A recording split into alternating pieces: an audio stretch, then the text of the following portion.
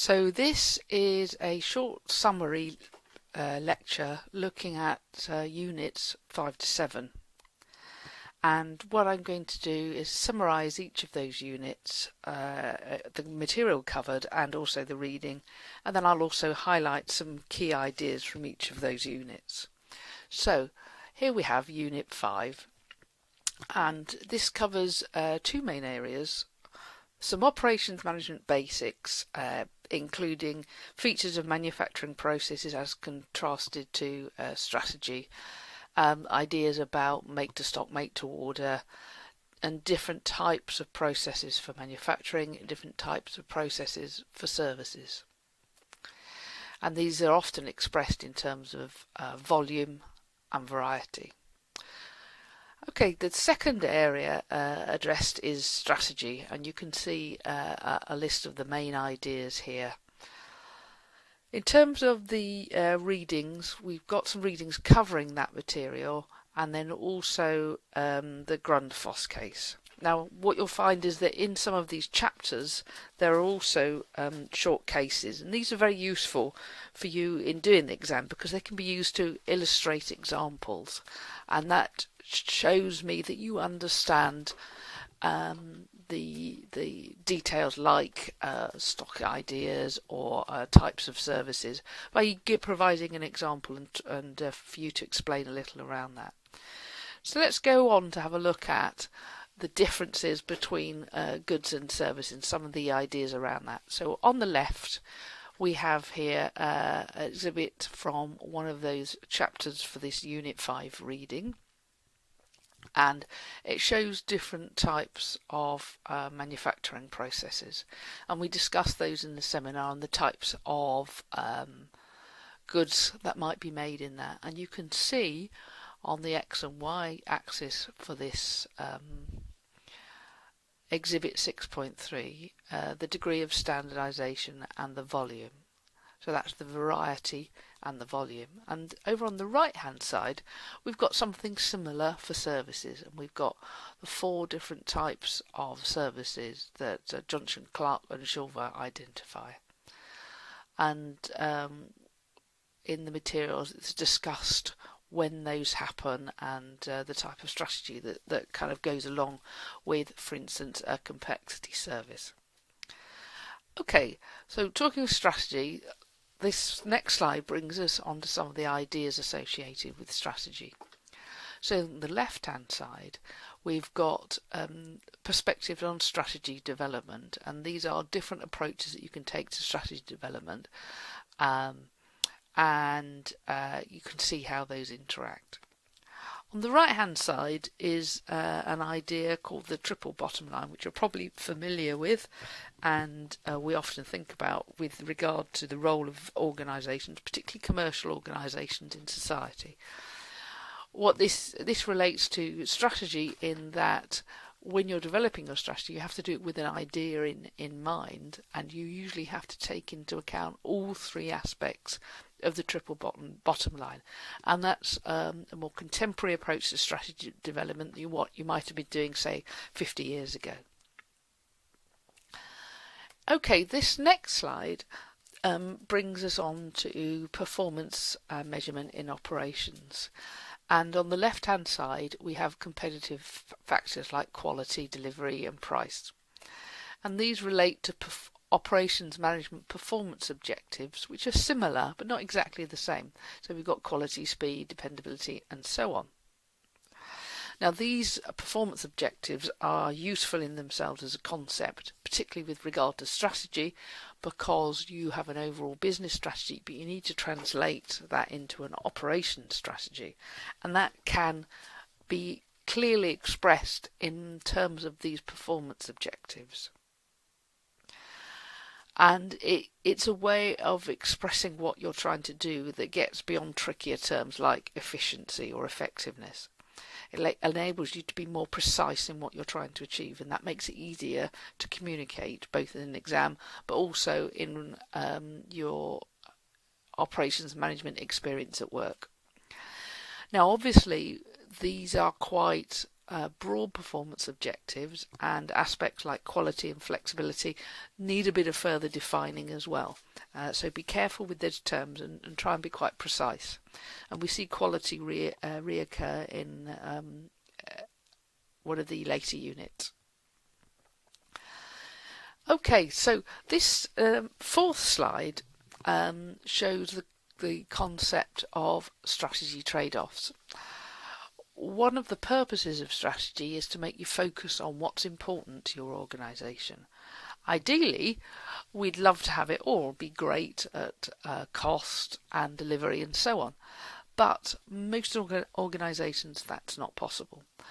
So these first 3 points are ways of going about to improve your strategy. So first of all, mobilise your slack. So that's like take up any spare capacity you've got in terms of what you can do or capability as an organisation. The next thing is you can accept your constraints and reposition if you feel your strategy is not in the right place. Or you can change what you do in terms of your organisation and in terms of your operation. And that's to change those capability constraints. So if you're capacity constrained, get some more capacity. And then the final point on this slide is about the sand cone theory by Fedels and de Meyer.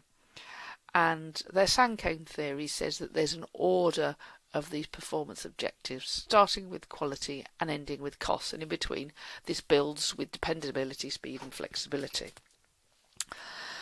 The evidence for the detail of this is fairly limited, but the evidence that quality underlies all of these other operations performance objectives is very strong.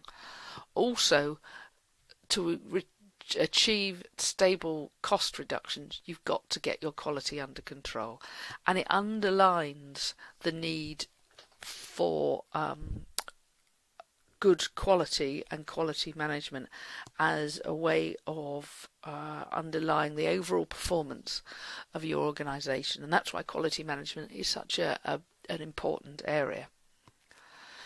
Okay, and that brings us on to Unit 6, which covers aspects of quality management. And I've made a list of the major concepts here, and we'll have a quick look at one or two aspects of that in a moment.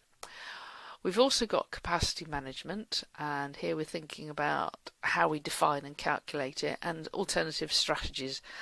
For instance, leading, lagging, and demand management or flattening out demand. We then move on to some nuts and bolts of operations management, which is sequencing and scheduling. And we've got various techniques for that, and it's important to understand how they work and the advantages and disadvantages of them. We can also relate this to the service environment in terms of queue management. Closely associated with that is inventory management, because certain sequencing rules will affect how you manage your inventory, and how you manage your inventory will affect how you sequence. So we've got some inventory management rules on, and we'll have a look at a model of that, economic order quantities, a little bit later on. And we can also see some of the effects of variation of demand. Now, in terms of reading, there's less reading for this unit. So we've got the underlying material in Fitzsimmons and Jacobs and Chase, and then we also looked at an applied example of some of these ideas, particularly around capacity management, with the Wally case study looking at health sector in the public health care in the public sector. Okay, so moving on to the first of these ideas was the cost of quality model. And essentially this the traditional model comes together to say that there is a local minimum in terms of cost, and that identifies the optimum amount of quality effort. Now this model is important because if you contrast it with the TQM model, which essentially says that there isn't an optimum level of quality. It says that whatever you do to improve quality will always be worthwhile. but it is important that you choose that carefully. So you need to select what your next quality improvement needs to be, otherwise it can be a little ad hoc and won't always improve the situation for your organisation. But the key idea here is traditional cost of quality model has a local optimum, whereas the TQM has this idea of continuous improvement. And that brings us on to the next slide of the plan, do, check, act cycle, which is fundamental to the idea of continuous improvement, which is also core to TQM. Now, the plan, do, check, act cycle is quite straightforward and has planning, implementing, checking it works, and then putting it the infrastructure to support that, and that goes on in a continuous way. This also maps to the Six Sigma idea of DMAIC. It's very similar in terms that it involves defining, measuring, which is a bit like the plan bit, implementing, which is the improve bit, and the control is the check and the act. Okay, so let's move on to a stock control approach. So this is the economic order quantity model, and this is a model that says that there is a local minimum in terms of the cost of stock holding, and that if you order this economic order quantity, which might be 120 units, then that will minimize your total holding costs. Now, a little bit like the TQM model, it's based on assumptions about the cost of holding stock and the cost of ordering stock and setting up to produce it if it's in a production environment. Now, when you see this, you must think about what are the assumptions, are they sensible in certain situations, and what are the alternative stock holding policies. There are other ones, like a two-bin system, but the principal alternative is the lean approach, which we'll be seeing a little bit later on. But the point is that holding stock has a cost associated with it. So the EOQ model says there's a local minimum, the lean model says there isn't, and you should try to get down to production units of 1. And this brings us on to our final unit, Unit 7, which covers two main areas. Lean operations, which has a whole way of thinking that's quite different to previous ideas, and we discussed some of those ideas in our recent seminar. It has a whole load of tools and techniques, some of which you'll be familiar with. But it has some fundamental ideas about stock control, just-in-time systems, and it's also heavily embedded with ideas of quality management. The second aspect we looked at is supply chain management, and we have looked at ideas of performance, how we manage the supply chain, and this is linked in with stock control and lean because you've got the pull ideas and decoupling. There's also this links back also the triple bottom line in terms of sustainability of supply chain and the idea of bullwhip and demand amplification. This then we also have a short element about location decisions and service relationship, which is the kind of service equivalent to supply chain management. So this section has one reading, and then we also have the critical commentary from Seddon, which looks at some of the kind of managerial aspects of implementing ideas in operations management, and we discovered this in our we discussed this in our recent seminar. Okay, so going on to some of their lean ideas, if we have a look at those underlying ideas that we also discussed in our seminar, talking about waste, value, flow, pull, and continuous improvement. And that is also exemplified in this idea of Murray, Mura, and Muda. So starting off with Muda, which we discussed quite a lot, that's associated with waste and its flip side value. So Mura is associated with flow and pull, and this is about trying to get rid of any unevenness in demand. because that makes for a simpler system, and it means that you have less chance of waste. That then links into the next one, which is Murray, which is about overburdening people. So if you've got very lumpy demand, i.e. heavy demand and then light demand, that means that you're going to put a lot of pressure on people and equipment at periods of high demand. So it's about trying to even that out through a good flow in your organisation. If we look onto this next slide, the top section looks at a pull system. And you might want to go back to the slide where you can click through on this, but it shows how a pull system ships to the customer and then sends that demand signal back through, in this case, the internal supply chain, but can be an external supply chain between different organisations. This is in contrast to a push system whereby you say, I want you to deliver this at a certain date, you then backward schedule and you'd start from the time before. And this is a push system because the signal to start pushes into the process. And these are two contrasting systems. The pull system is associated with just in time, and a push is associated with MRP systems and economic order quantity methods. You can still apply an economic order quantity to a just-in-time system, but it doesn't work so well because it makes it lumpier, because you're producing in batches.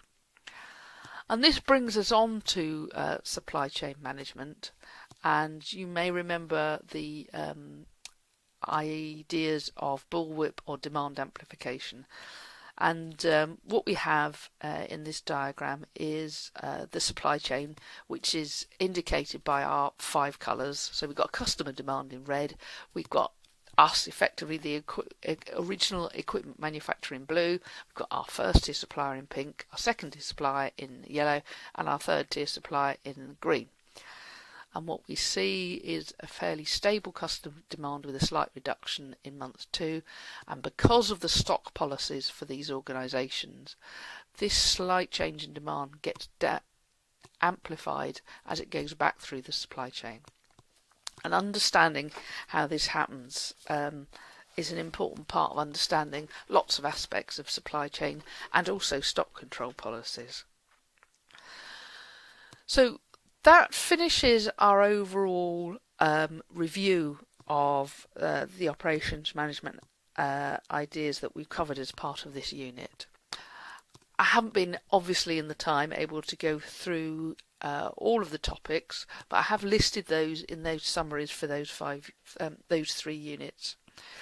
Pay attention to the use of case studies because they're very useful for you to integrate into your answers. And what I've also tried to show in this revision lecture is how these different aspects of operations management integrate and support each other. And you need to think about, how does a stock control policy affect your quality management approach?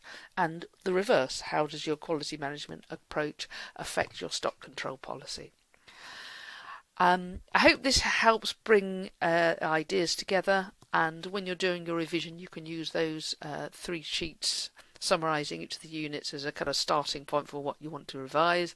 You can also summarise all the different cases and think about what aspects they bring out, and that will help you make sure that you have the depth of understanding you need to approach this. I hope you get on well with the exam, but more importantly, I hope that this study has helped you in your work. Good luck with it all, and we'll be speaking again in our seminar. Don't forget to send me some specific things that you want to look at. Don't be too general. You know, if you're interested in stock control, say what specific aspects are not too clear for you. So thank you very much, and goodbye.